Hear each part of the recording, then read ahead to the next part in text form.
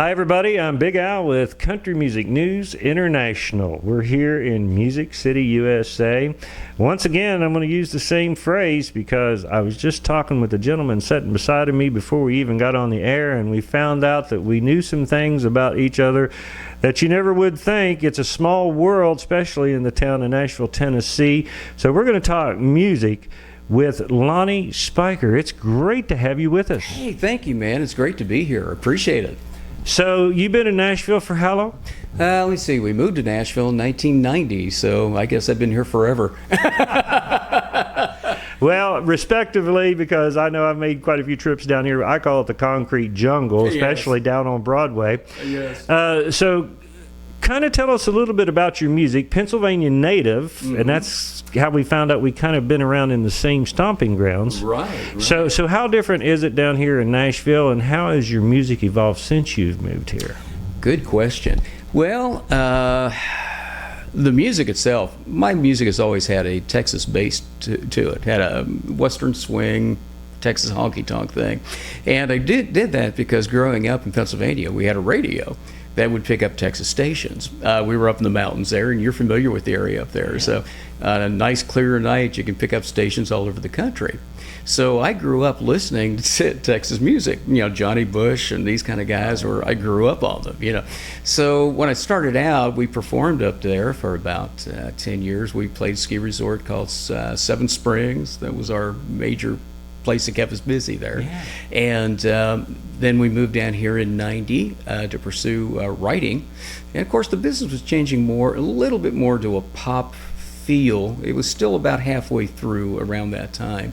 So there was still a little bit of traditional style country. Mm-hmm. And so I was writing for both markets, during the 90s, and really wanted to push back out again as a more traditional artist. And so we were doing a lot of Texas and a lot of shuffle type music, and I wrote a lot of that, and so we just started going out on our own, and surprisingly it caught on. So we got several awards after that, and of course we play Texas all the time and all over the world. I was just speaking to a young lady from Wales here a little bit ago, and we were just there a few years ago. So that's a fun place to, they got great country music over there. They do, and you touched on something that's very interesting. I want to kind of point out to everybody is that you said you've already been Texas, all over the United States, all over the world, because you've been over there. Mm-hmm. There is a lot of great artists that are very well known, but still yet hidden. Mm-hmm. And I think that's what makes music so interesting, especially the Texas red dirt, the great Texas swing music. Right. You probably remember Bill Mack, WBAP. Knew him very well till he died. We did an interview with him on XM Radio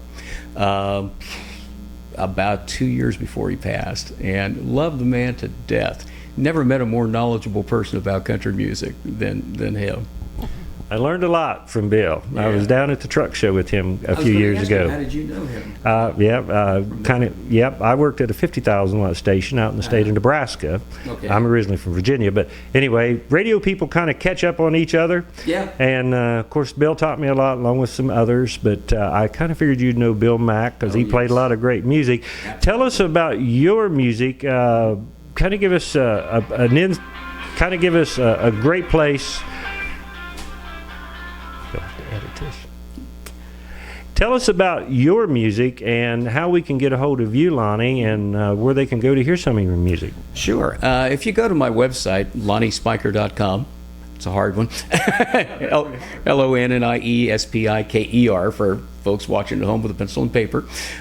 We have our stuff on the website. We're played on any place that has traditional country music, and any place that sells product, sells CDs or digital music, you'll find it there.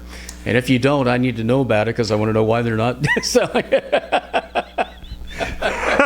so we're pretty easily found. But Well, something that I might want to ask you is, I'm sure you've got your music out to radio stations. Kind of give us, have you got some feedback from that? And I'm sure there's a lot of people that are really loving your music, because I know I will. well, I appreciate it. Yeah, actually, we've got a new single out right now that we did as a duet. It's the first duet we've had out as a release in some time now.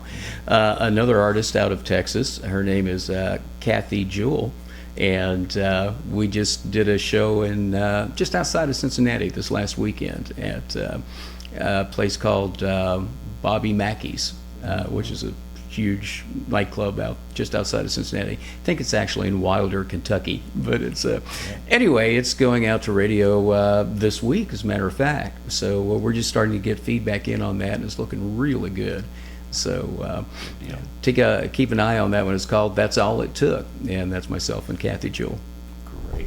Once again, the song "That's All It Took." Yeah. I want to thank Lonnie Spiker for being on Country Music News International. Don't forget the website, LonnieSpiker.com. Thank you so much for taking the time to be with us. Hey, my pleasure, man, and thank you very much for having us. We appreciate it, and hope you enjoy the rest of your stay. Thank you. You bet.